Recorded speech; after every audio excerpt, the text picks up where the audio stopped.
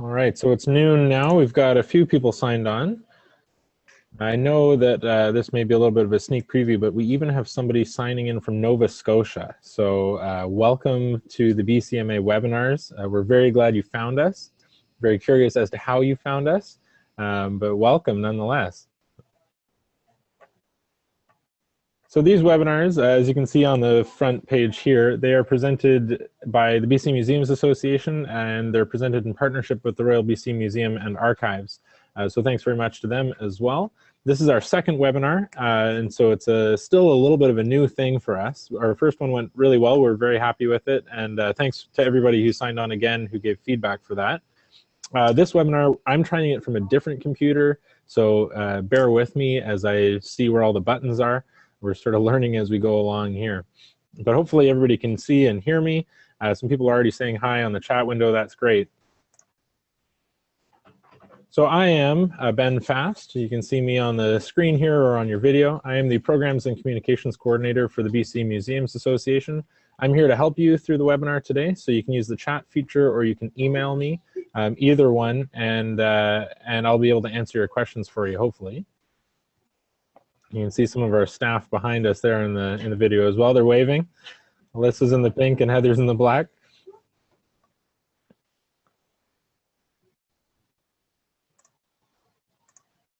Now I was trying to see whether or not we could change the chat function here, and some people have done it, I think. If you're using the chat function, try to do the all panelists and attendees, and see whether or not that goes to everybody, because we had this problem the last time where our chat function was not seen by everybody. Right now, most people are going to the attendees. Oh, but it looks like it's working. Can everybody see Sarah's message there from Trail? If you can, give us a yes. All right, some people are seeing it. That's great. So if you can, apparently a lot of people are seeing it. We're just getting nothing but yeses. This is hilarious. If you can try to use that all panelists and attendees function, that way your question can be seen by everybody, but we'll be sure to read them out as well. So I set myself the sort of unenviable task of trying to come up with a picture of my own museum experience that goes with all of our topics here. And I know that Derek and Yukiko, they're going to be talking about interactive museums.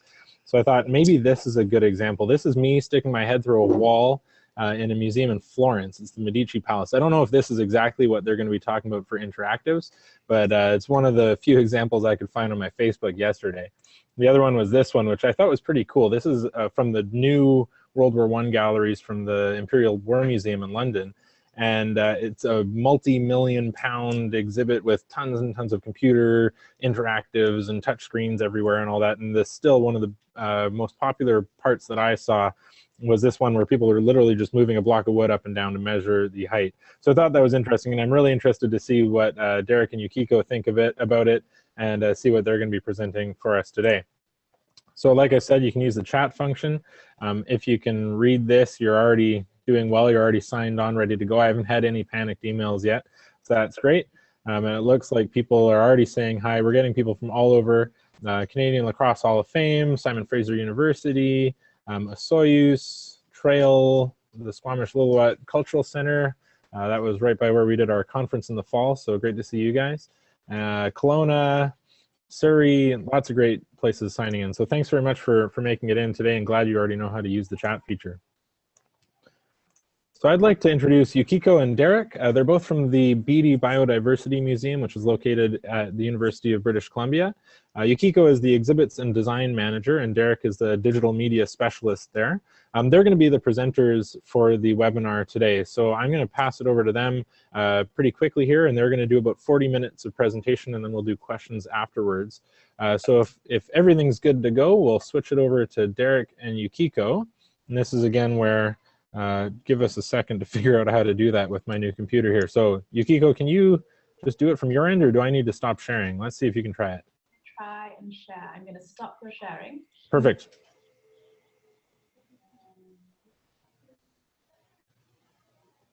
How's that? Looks good.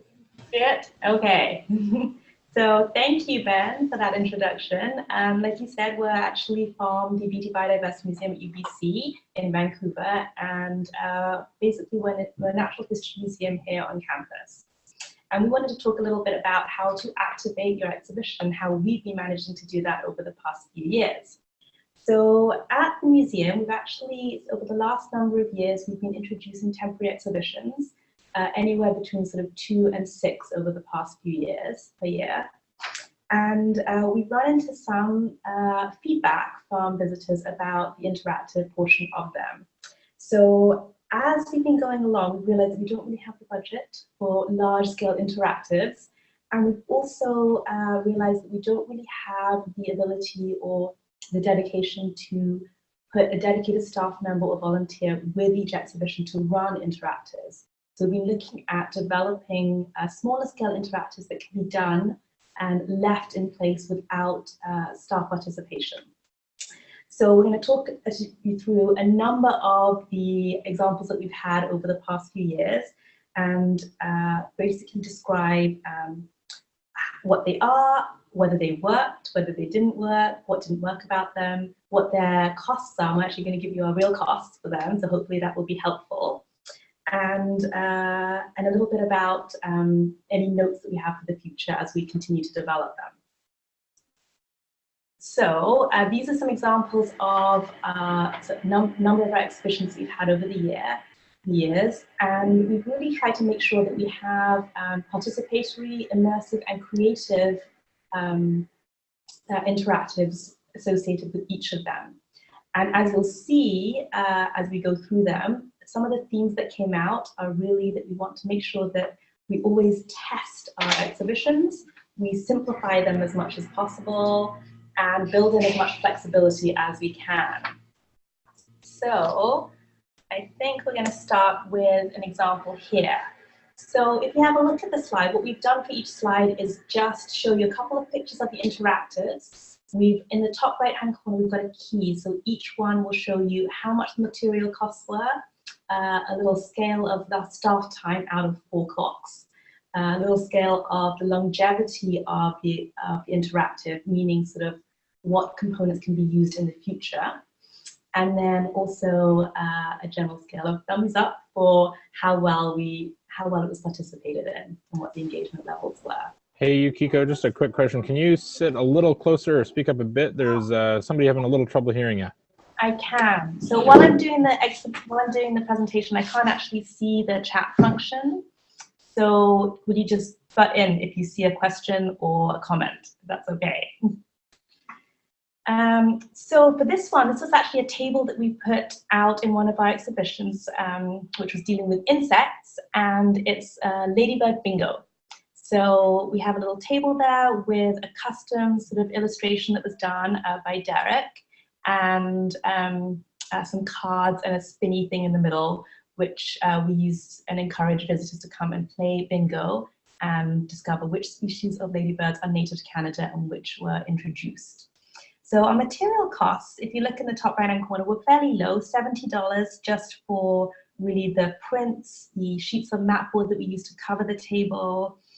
We used transparent poker chips as our bingo markers, so we didn't have to actually mark up, didn't get the visitors to mark up their own bingo cards, so it was quite reusable. And there's a little cost in brackets there I put up there as well, which is $230. So that was the cost for our table that you can see and the 2 benches on either side. And those just came from IKEA. And I put that cost in brackets, and you'll see it come up in more of our slides. And that cost is, I put it in brackets because we bought them once and we reuse them for most of our exhibitions. This was a really great game, actually. It's a good example to start with because we had a lot of participation in this. People really loved this game. And some of the feedback, we really saw that it was really easy to play. There was a low barrier to entry because everybody seemed to understand the concept of bingo. So we didn't need very many instructions. It was immediately recognizable. You could play it with 2 or more players, so that encouraged more engagement. There were no drawing implements on the table, no consumables, so that was really nice to have as one of our interactives. We did get some wear and tear, particularly on the little bingo spinny thing that you can see there, but it was fairly minimal. So this was a really successful activity that we would reintroduce in using a different concept later on. All right, so we're going to move on to another one of our interactives. Hi, this is Derek. I'm going to talk about this one. This is our 100 Treasures exhibition. This was done to celebrate the centennial of the university as well as our collections. And this was primarily an online participatory exhibit.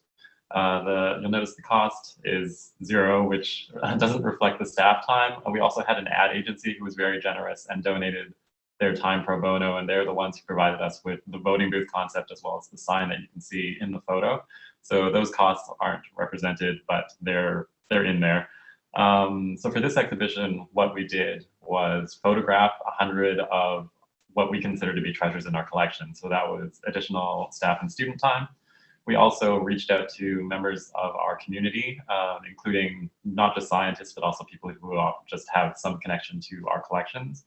And we asked them for stories about those 100 objects.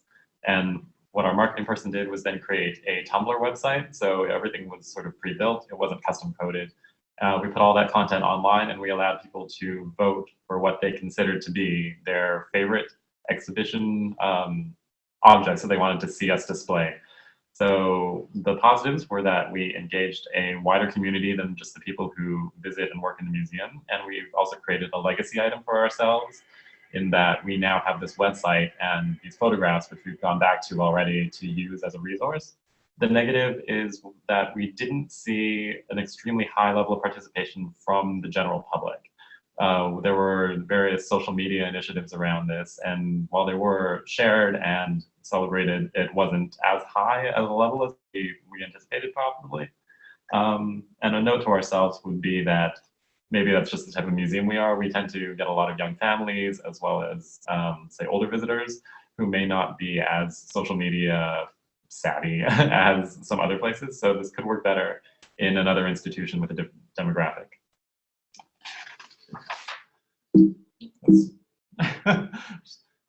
Trying to move the slide. There we go.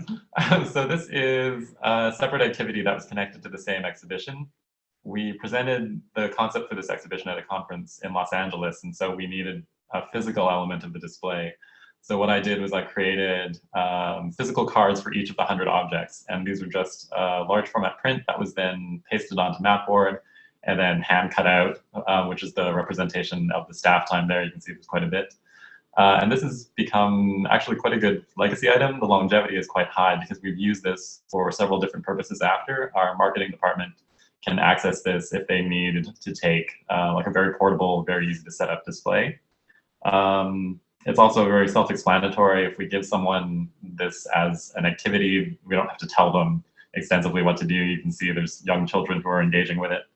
The negative is that because we built it out of sort of materials we have ourselves, it's not as robust as it could have been. It's a little bit fragile, but it's a good general concept for anyone who has a series of photos or a series of information. It doesn't have to be photography necessarily. So it's a very flexible platform, and hopefully people can adapt it to their own uses. Continuing on with a different exhibit, this was one where we did more of a digital tour. For this one, we had large format paintings on display in our museum, and the artists didn't want a lot of text to go up on the walls. So we moved the text to printed panels, which you can see are being read and photographed, as well as a mobile audio guide. So you can see the visitor there is scanning a QR code, which then links to the website, which you can see on the right side of your screen, hopefully. And the play button at the top would give you an audio tour of the different pieces in the show. So material costs were quite low on this. It was just for the pieces which you see on the wall. Staff time wasn't bad. It was just to record the audio and then program a very simple website, which could be accessed by our visitors. Longevity was limited to the run of the temporary exhibition, but this could also be done for your permanent exhibits to provide additional content. And it could also now, with today's technology, be more participatory. We were brainstorming, and we thought that what could be useful would be if your visitors could send in audio clips, so that it would be like a visitor curated audio tour, and then you can make those clips available so that other visitors could hear them. So there's some good potential for reusing this concept in the future. Participation wasn't fantastic on this one. We had probably 10,000 people through the space at the time of the exhibition. And I kept a web tracker on this, and the participation was in the low hundreds. So it could just be the type of institution that we are, but we didn't see a huge return on investment for this. But it's a good concept which we'll keep in our pockets for the future. Okay, so this is a really fun one. This is something we've done in a couple of different exhibitions, I think 3 so far. And it's a costume and photo booth sort of display. So what we do is we create custom costumes, a set of usually sort of 3 to 4 for the exhibit. And then we also, we have Derek create a wonderful custom backdrop there that you can see behind this family. And this specifically relates to the exhibition, and it allows people to dress up and take a picture and really immerse themselves in the idea of the exhibition. So we have done a number of these, and we really enjoy it, and the families really enjoy it too. You can see the material cost is somewhere between 150 to 450. The high end is because dependent on the materials and also the wear and tear, so whether we have to replace the costumes partway through or not. But really, it's sort of talking about some elastics, the materials for the actual felt or whatever we use to create the costumes, some props. So you can see in this photo, we've got the sort of bug spectacles, and we had some headbands as well. And we also added in there a selfie stick as well. So we use that, we continue to use that. It's a really fun experience. The staff time is very heavy though, because we do have a staff member create these custom costumes, which takes a lot of time. So we just see like a little. Sorry. We just see a little. Never mind. Okay, we had like a little note come up that maybe there was a question. So maybe. Yeah, I can read it out. So it's do you have a member of staff keeping an eye on the costumes, and do they ever go missing during the show? That's from Jesse in Osoyis. Thank you, Jesse. So we've never had any of them go missing. We have had pieces of the costumes found throughout the exhibition, or even handed in at the admission desk as well at the end as people exit, but we haven't had any walk away. We don't have a member of staff dedicated to making sure that they're there, or that they are or that they're repaired, but we do, as part of our general exhibition walkthrough, which we do on a regular basis, check on the repair of the costumes. And that's one of our bigger negatives, is that they do get a lot of use. You can see lots of thumbs up for participation, which means that they get a lot of use, and they do get wear and tear that requires the repair. There was another hand up. Can you read that question? Yeah, so what happens with the photos afterwards? So the photos, we encourage people to, we create a specific hashtag, and we encourage people to post them up on social media, and we get quite a lot of uptake on that. And what's really nice is that we get lots of families coming and dressing up the entire family, but we also get lots of older people and sort of young adults, so all age groups come in and participate in this. So we've had really great uptake with this. I should say that for the people that aren't social media savvy, we have had requests to include a mirror in the next time that we do this exhibition. So I think this sort of interactive, so I think that's something that we would encourage others to do as well. I think what's really nice is that another positive for this is that we do get to ensure the biological accuracy of these costumes. So rather than buying in a butterfly costume, we get to choose this particular species of butterfly and make sure with our curators that the accuracy of the wing pattern is correct. So that's something that's been really enjoyable for us and enjoyable to share with our visitors as well. And obviously we can repurpose these costumes. They can get used for other exhibitions or for educational programming as well. So staff time heavy, longevity is good, and participation was really a positive thing as well.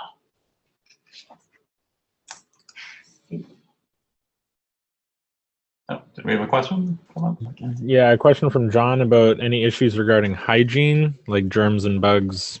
I'm assuming not bugs from your collection, but bugs into the collection maybe?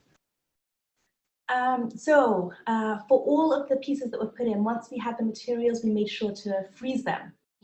And so those were frozen, and made sure that there weren't any little hitchhikers that were coming in. Is that what you were talking about? But also, in terms of hygiene for visitor-to-visitor interaction, so things like head lice and that kind of stuff, we are really careful to make sure that any head pieces that we have would be easily cleanable or wipeable. So instead of doing, most of our pieces aren't necessarily fabric hats, but instead plastic headbands with pieces attached to them, so things like that. So yes, because we would definitely want to make sure that we're not passing around other pieces, other hitchhikers. Yeah. I should say also the costumes are primarily backpack style, so that's not like people are putting them against their skin. It's basically 2 straps which go over the shoulder, and we'll do a large set of straps for adults and a small one for kids. So there's not a whole lot of contact with the material, we hope, but yes, it's an issue. So if we can move on, this one is about hosting videos and slideshows as part of our exhibitions, which is a slightly different form of interactivity, I suppose. But this one is nice in that it allows people to sort of pause during an exhibition, sit down. You can see there's a wooden bench on the left, and sort of take in multimedia content as part of the exhibition. This one, there's no material cost because it's a digital initiative. The $1,500 you can see there represents a LED projector, which we use because they're pretty good on longevity. They don't burn out a bulb every few months. So that's the primary cost, but we also have like cameras and software and all that stuff too. So the staff time varies. For this one, we produced our own custom content. It was interviews with different researchers, but you can also have content supplied to you as part of an exhibition, which would reduce your staff time. The positives would be that this really helped to animate and activate the space in the exhibition, and it provides sort of a soundscape and the ability for people to sort of sit back, and rather than reading a whole bunch of labels, they can have material presented to them without needing staff necessarily. The negative would be for the people who work in our space. They got really, they've heard the same text over and over. So by the end of the exhibition, they were ready for a change. It also was an extra thing for our frontline staff to start up at the beginning of the day, just to get everything going. So it added to their to-do list a bit. And also the videos could then be repurposed after. We have a YouTube channel, so the videos can live beyond the exhibition. So hopefully it becomes more of a legacy item for your institution. All right, so this is another quite simple concept, but we've had a lot of participation with this one as well. So in a couple of our different exhibitions, we've added origami stations. So in the bottom right-hand corner, you can see an example of one of them where we've had the 2 tables with the benches on either side, and we've added a sort of a table wrap which shows the instructions for 2 different origami pieces. So we always look up instructions for items that will actually tie in with the exhibit, so it's really nice to do that. So if we had, in the bottom right-hand corner, that's an origami seed or flower because it was an exhibition based around botany. And with this sort of particular one, the material cost is about $210 we estimated. And a lot of that is actually on the origami paper, because we ended up having a lot of uptake, which meant we went through a lot of origami paper. And we found the best way to actually purchase that was just in bulk, sort of 6 500 sheet packs of origami from Amazon, actually. The staff time was reasonable, just the creating of the instructions took the most time, I believe. And the longevity was reasonable just because you can actually repurpose those instructions and repackage them if we wanted to add them to teacher activity packs or up on our website as well. Now, what was really nice about this one is that you can actually really have a large and colorful visitor section of the exhibition. So the main picture here, you actually see a frame that we created, and you can see strung across the frame is fishing line, and then we have these little mini clothespins. And it allows visitors to create the origami piece and then add it to the exhibition. And this was a really nice, we had a lot of people participate in this. In fact, we were constantly, some of our interpreter staff were constantly going through and having to remove lots and lots of the origami in order to create space for more visitors to add to it. We do know from some evaluations that a number of visitors also took their pieces with them, which we were happy to hear. As well, being a positive, lots of people interacted. A negative was that it did use a lot of paper. So we ended up recycling a lot of origami paper and figuring out, trying to puzzle through, was there some way that we could reuse it, or what could we reuse it for? So we didn't really get a handle on that yet, but it's something that we're looking at in the future. The different levels of difficulty is something that we found really handy. So if you look at the table, we've got the seed or the flower, and one of those would be a more basic set of instructions, and one of them would be a more advanced set of instructions. So we like to have the option for visitors to engage with one or other, depending on their time engagement and also their age as well. I know that Derek did have a story about the testing of some of these. So yeah, this is a good example of testing simplification as well as flexibility. So in the example that you see on the Make an Origami Seed, we had very few people successfully make the origami seed. And so we looked at the ones that people had left on the wall and where they were going away from the instructions. And then we tested our own volunteer crew basically on a new set of instructions and tried to make it as simple and as clear as possible. And that did help. So we had more people able to successfully produce the correct model by the end after we did a revision to the instruction. So that was an example of us sort of realizing there was a problem with what we put out originally and then fixing it by hopefully staying quite flexible in our approach. All right, so this is another one of our more activities where we encourage the visitors to create something in our exhibition. So this was make a rubbing table. So we used the same format of that table with the benches and the table wrap, but we actually just used some of those plastic rubbing templates that you can purchase. And we inset those into the table wrap, so you can see them in the red and yellow pieces there. And we provided crayons and paper, so it was fairly simple. It was only $100 to create this table, and then of course the $230 for the table and benches themselves. And it didn't require a huge amount of staff time either, and the graphics for it were fairly simple. It was just a couple very simple instructions, and really no instructions were really necessary for most visitors. They would just sit down and start doing it. What was nice is that it was really accessible for our very young visitors as well, and encourage people to sit down. You can see a picture of an adult doing it with a younger visitor and showing them how to complete the interactive. We did get a lot of uptake on it. People were really positive about this one. And unfortunately, it was actually very messy, as you can imagine. So because our table wraps are made of paper on the surface, when people went off the paper with their rubbings, they went right onto the table, and it went very, very messy very quickly. So in this instance, this exhibition was up for like 5 or 6 months, and we replaced the table wrap once, but probably should have done it more than that, considering that it was quite covered heavily with different crayons by that point. But it is something that I think we would do again. These templates are very easy to find, and you can certainly find ones that might refer specifically to the theme of the exhibition that you're installing at that time. All right. So this was a sketching activity that we did as part of our Whale Dreams exhibition. So we had a couple of tables, and we encouraged visitors to sit down and sketch one of the specimens that we have on display there using a blind contour method. So the artist that we were working with for this exhibition, you can see a couple of her examples above the table hung in the frame. So she does blind contour drawings every day as part of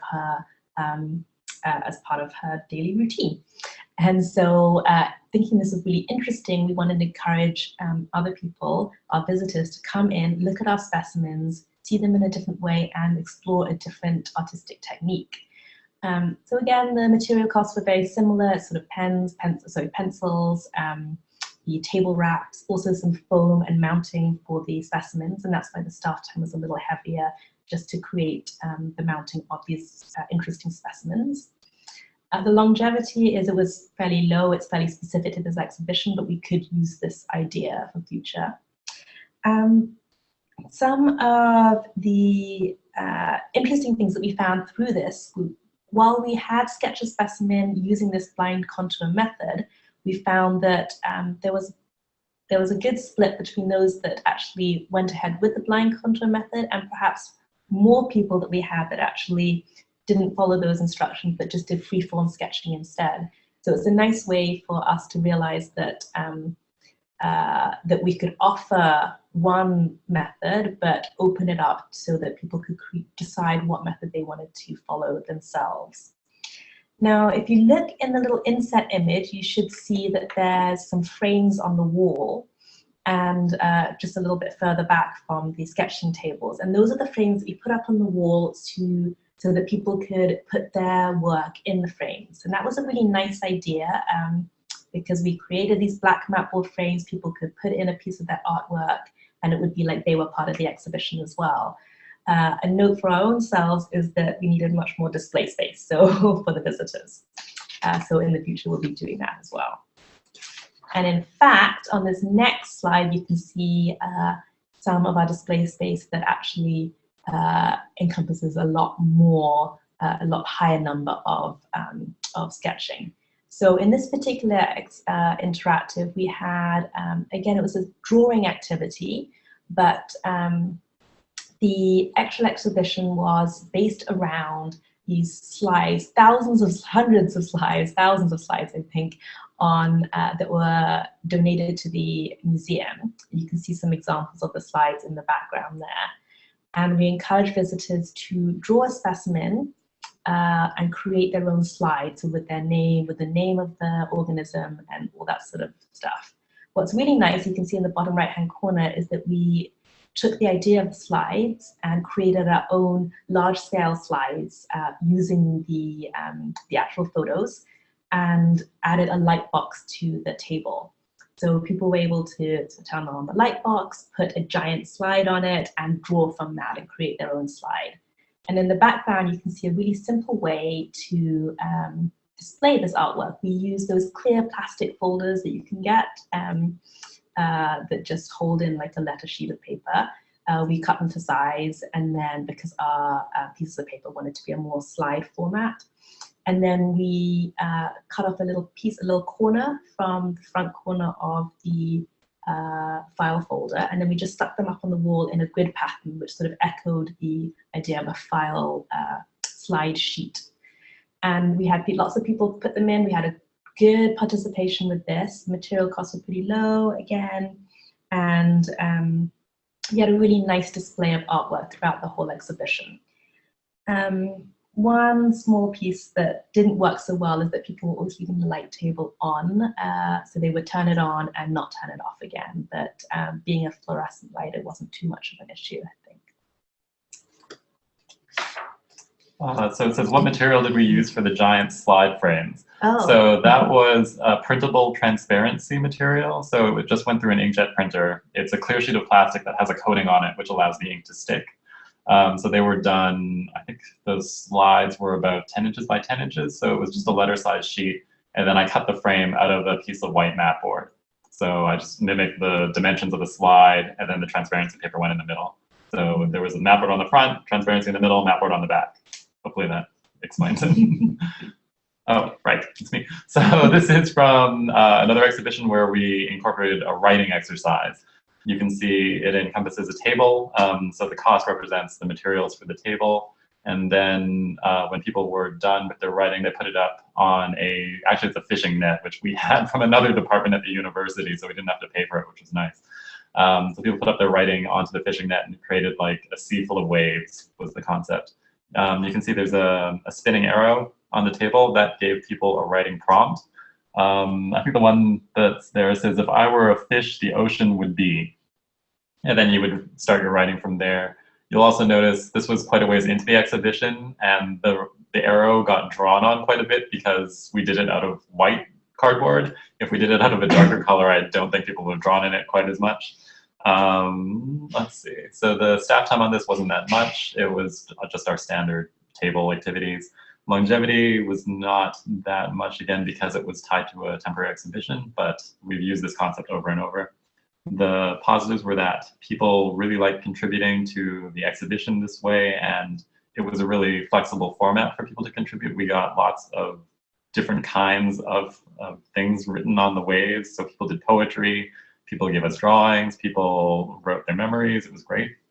The negatives would be that for this one, we cut out the paper ourselves and we had our volunteers do it. So they spent a lot of time in cutting out the custom shapes. And yeah, the net itself, we didn't want to store it after, and the department was getting rid of it, so it actually got discarded after that. Yeah, there we go. Yes, so that's how we did that. Auto update. So just a second. What is written on the board at the top there, where it says, "What does the ocean mean to you?" What does the ocean mean to you? Yeah, that was sort of the general writing prompt, and it was also displayed as part of the exhibition. And what did we do with the participatory pieces after? Are they just recycled? So mostly, yes. So what we do is we like to keep a record. So we keep a few pieces for our own records and to have when we are displaying things about at the exhibition or talking to people about exhibitions. But for most of the pieces, they're just recycled. So we are thinking about ways, for example, in our current exhibition, we have another one drawing activity. And we're looking at making sure that we can print those double-sided so that after one side has been used, we can add them back in. But we are conscious of the large amount of paper that we do use and go through. So we had I guess it was a follow-up. Where did the arrows point to? So those are different prompts for people's writing. So I actually forget what all of them say. The ones I can read are, I go to the ocean when. So it's prompting people to share a memory about the ocean. I can see one that says on the sea, so think about the surface of the ocean, and one that says in the sea, to think about underwater. So it's just to start people's thought process about different points of view or different perspectives they could have on ocean life. There's also, you can see there's a couple books on the table, which are about marine life and the whale's way, I think it was. So just getting people to think about their experience in the museum, what they've seen, and then to respond to it in writing. So if you had a temporary exhibition you were putting together, you can think about what prompts would be useful or would be creative for your visitors to think about if they want to respond to you in writing. Mm-hmm. So one of you can see in the inset picture, actually one of the waves follows on from that prompt of what does the ocean mean to you? One visitor thought the ocean means mermaids exist, which is lovely. Right. Oh, that's gone backwards. There we go. So this is a similar activity from another exhibition. So this one was an exhibition based around botany. So for this one, we prompted people to write down a proverb that involved plants, which was also something that the artist did as a sound and video piece. So this was a way for people to participate as well in that piece. We did 2 tables covered in paper, and on that we also wrote down a bunch of examples of different proverbs that involve plants. So staff time was not that much. Longevity was tied to a single show, but this one did have a lot of participation. You can see that we put up a tree, basically it's a cardboard tree on the wall, and that had different slots in it cut into the mat board itself, which allowed people to take their leaves and then insert it into a slot so that it would basically populate the tree and like it was all coming out in leaves like in spring. So we've done the tree concept before, so it was a good idea to bring back, and it was very popular. But because we gave people whole sheets of paper and let them cut out the leaves themselves, because we learned from the last time that the visitors, our volunteers didn't enjoy that perhaps too much. But this did create a lot of mess in the exhibition, so we were in there quite a bit, sweeping up the shavings of the paper. So yeah, shaped paper looks great, but difficult to work with sometimes. Okay, so this was a whalebone puzzle that we created for our Whale Dreams exhibition, and this is a really fun one. So what you can see in front of you is a life-size outline made with plywood and just painted with black paint of a dwarf sperm whale.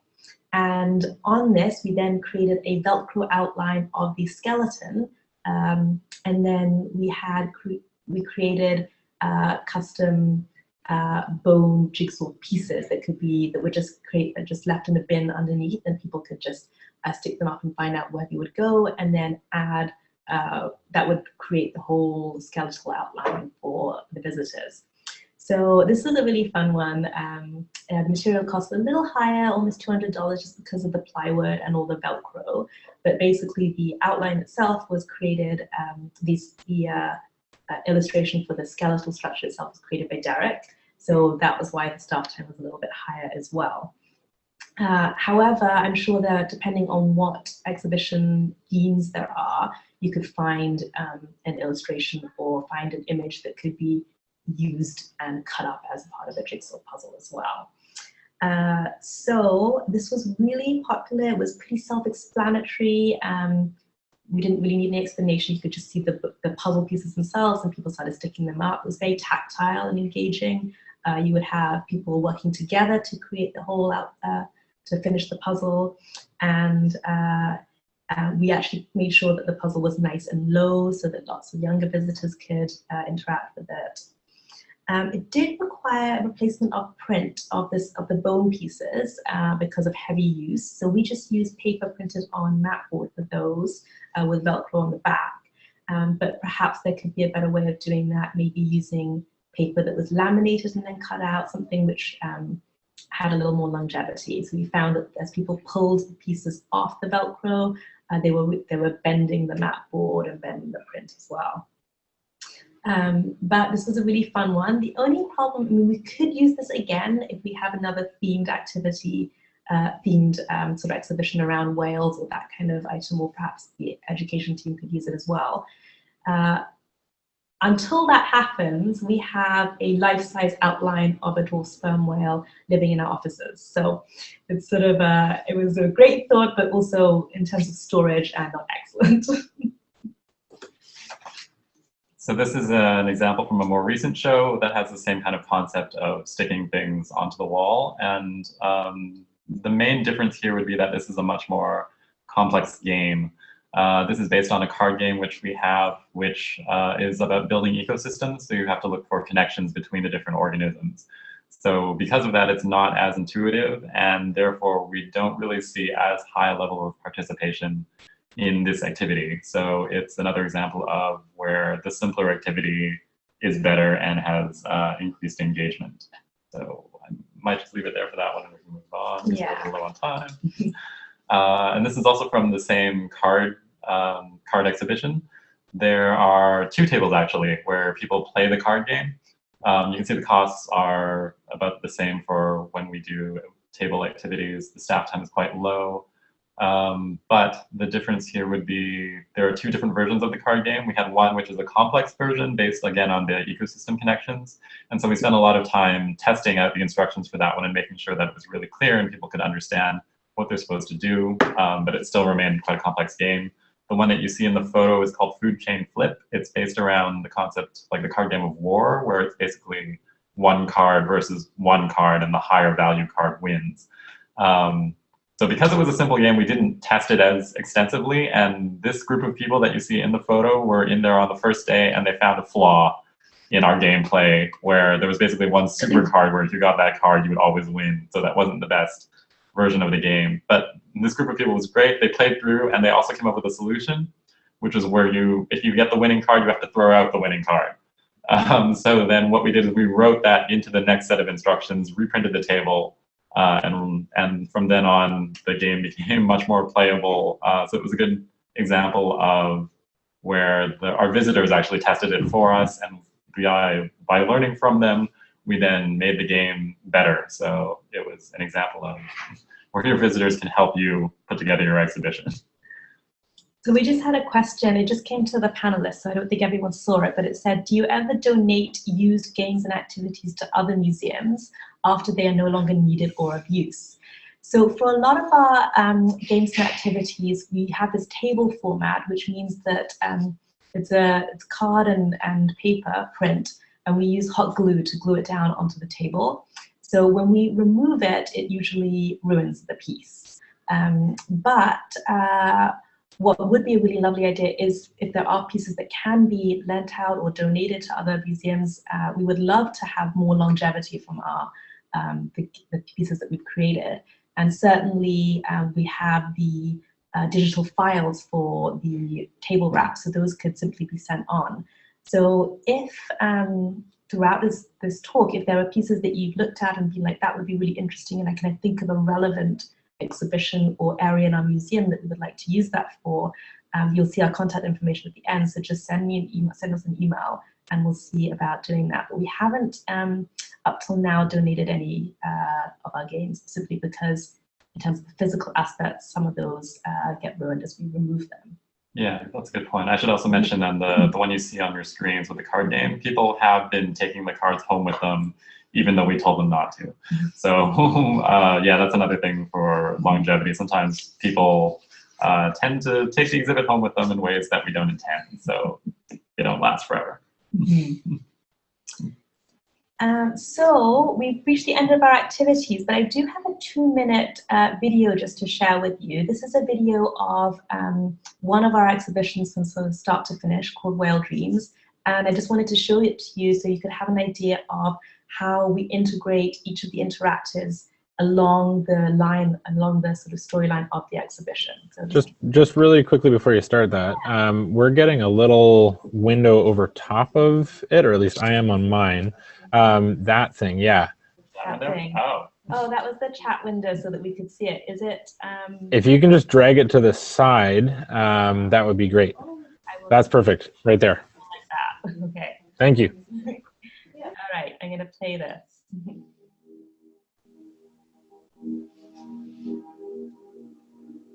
So like I said, this was our Whale Dreams exhibition that worked with Colleen Barlow, an artist. She works with our collections, do a lot of artwork, including lead glass pieces.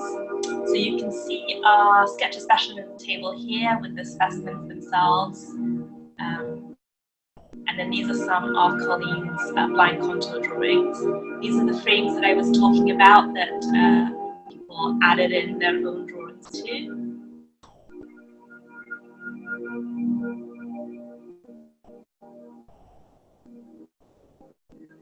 As you move through the exhibition, you see more of her sculptural pieces, and then come across the jigsaw puzzle, which we have a little speeding up version of people, including Derek, solving the jigsaw puzzle.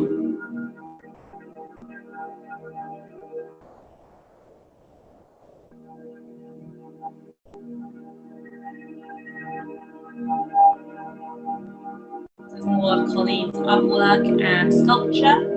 And then this is the costume area, photo booth area at the back. So there's a lovely backdrop of a seascape, and we have some examples of our costumes here. And this is our selfie stick as well. And this is our origami table.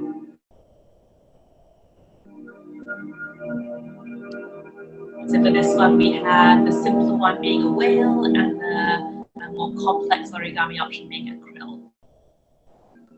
And you can see that, again, we had lots of people putting up pieces of origami.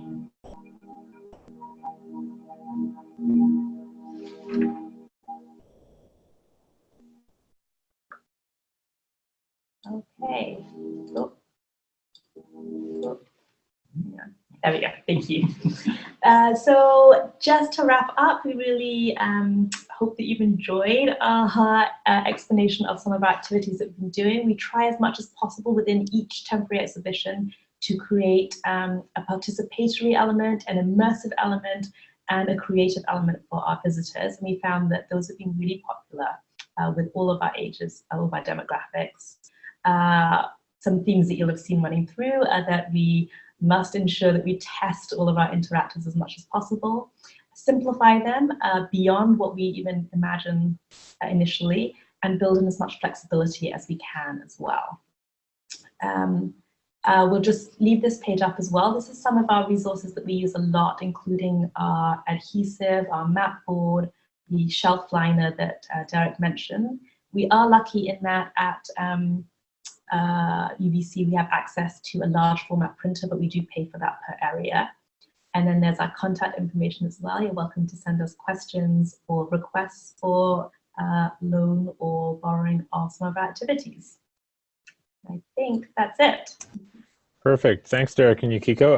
The other thing I'll ask you guys to do is if you send that to me, I'll send it out to everybody who was part of the webinar, and then that way we'll be able to get that to them as well. Sure. So right now we have a bit of time for some questions. So if you just use the chat function, you can add in questions. At the bottom, you'll see a "To all panelists and attendees" option. Make sure you click that so that everybody can see your question as well. And so if you have any questions, throw them in. I know we answered a few through the presentation. We'll give you a couple minutes to get that ready. So I guess in the future, we'll look at creating a hole in the wall for a head to come through. But we haven't tried that one yet. So I don't know if I was allowed to do it. Maybe sharing it, you know, isn't the greatest. All the Italian police are going to come after me now. I don't know. But it's what happens when you let 19-year-olds run loose in Europe.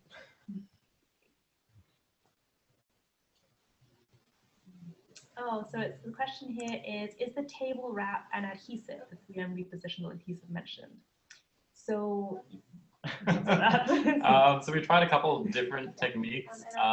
We've actually found the best thing is just to use plain paper. And what we do is we take the plain paper, we put it on the surface of the table, and what we do is we glue it underneath, underneath kind of the lip of the table all the way around. We've tried putting like adhesives and different backings on it, but it tends to actually, because the edges are curved, it tends to weaken the curve of the paper. So I guess experiment depending on the type of tables that you have and the type of application, but we've found paper works best, and sometimes we'll reinforce it underneath. If we have something like a tray sitting on top of it, we'll actually screw through the tray into the wooden table itself. So the trays are screwed down to the table, and then the rest of it is just paper. The next question says, when testing, are you using staff, or do you compile a focus group of the So mostly we're using staff and volunteers for that, and the volunteers do span a group from sort of high school up to retired people, so that's quite a wide demographic. But we would love to compile a focus group of each of the age groups that we're trying to target. We often don't really have the time for that, so we would love to make the time for that. We have in the past looked at some of our museum staff's children, and if they happen to fall within that age group, we've taken advantage of that. But certainly doing more rigorous testing with specific age groups would be a goal to aim for. Actually, we did do that last year. I don't think you were here. We tested out the card game, the one that you saw. We had a special day where the university had like an open house, so it was a lot of families on campus. So we ran the card game as an activity just on that day, and we staffed that one so that we could get a lot of direct feedback. So when there's the opportunity to do it, yes, we like the focus group technique, but we don't generally have the resources to do that on our own. So we'll sometimes piggyback. If the museum is already doing something which engages that audience, we'll then slip in an exhibits test as part of it, which is a good way to kind of double up on your efforts. Where were we? Colleen from the Surrey Museum. Can you comment, Ari, your thoughts on role of digital interactives versus hands-on in museum context in the current world where computer-based interactives are popular? So some of the digital interacts that we've done, for example, like the tours and things, haven't had as much uptake, and we wondered if that was because of our demographic. But I think we've mostly tried to go make sure that if we're doing digital, we're also doing hands-on. I think you'll notice from our slideshow that the ones that have the most thumbs up, most participation, are really those simple hands-on interactives. And those are the ones that have the most uptake and the most sustained use throughout the whole run of the exhibition. I think that yeah, I agree, yeah. So I try to monitor all our digital initiatives, like putting counters on them. And we've also done visitor studies where we've had people observe people who come through the museum. And yeah, generally we find the digital interactives don't have as much pickup as the analog. So that's all right with us. So the next question is, do we have an app for visitors touring a permanent collection? If so, how does this work? So what we have is a mobile website, or a mobile enabled website. So that gives visitors sort of an overview of our permanent collection. It's very new, so I actually don't have any data on it yet. But one of the advantages that we have is that we are looking to launch that one in multiple languages. So that can be the advantage of going digital. Sometimes is that because you don't have a physical item, it's easy to have multiple copies. So right now we have beta tested Google Translate version, which is not perfect. But what we have is a large volunteer pool, and we're getting people to sort of manually go in and correct that for us, so that hopefully soon we'll be able to populate that with like a multilingual visitor website that they can access on mobile as they go through the exhibits, and then they can learn about them that way. And so Derek, just a quick follow-up, is that does that work with Wi-Fi? Do you have that available for your visitors, or is it just the whole UBC network? Yes, so that's a good question. Yeah, it is the whole UBC network, so we're very lucky there. We can take advantage of the existing infrastructure and build on top of that. We didn't have to like create visitor Wi-Fi ourselves, so we're lucky in that respect. Yeah, if I can go to the next question, it says, what is the printed table graphic that you see on the table station? Is that the paper? Yes. Yes, that is the paper. So the paper is actually 41 inches wide, and it's on a roll. So when I do a table, it's generally like 41 by about 50 inches. So it's a giant sheet of paper, and then we wrap that. So it's one continuous sheet of paper over the top of the tables. Hopefully that answers that question. So if there's any other questions, I'll just give you a minute. Oh, there's one. How do you come up with new ideas for interactives, online searches, brainstorm, etc.? So mostly it's through brainstorming. We sort of let the exhibition itself lead us to what might be a good interactive. So it's a sort of variety of things. So we'll sit down, think about the exhibition and what the themes are, and then we'll try and from that base point of doing participatory, immersive, and creative, try and think of interactives that would work well with the themes of the exhibition and satisfying those criteria as well. We certainly are happy to do online searches and also reuse concepts from previous exhibitions that are flexible. So like the origami station and the costume station, there was a flexible and could be applied to almost any exhibition. So we are happy to reuse those ideas as well. But yes, and also anytime we go out and look at other museums and other exhibitions, we're also happy to look at those ideas and adapt them for our own uses too. Perfect. Well, thanks, Jason. That's a good segue just to throw this back to me here. Give me a sec. Here we go. Let's see if this works. Can you see me? There we go. Perfect. So that's just a quick throwback to Jason as well. Jason is from the BC Sports Hall of Fame, and they are one of our participating museums in BC Museums Week, as well as the Beaty. We're doing that online right now using the hashtag BC Museums Week. So thanks everybody who's already been participating on that.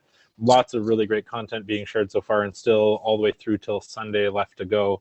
BC Sports Hall of Fame did an Ask the Curator event yesterday, really cool, and lots of others doing exhibits, social media programs, open days, etc.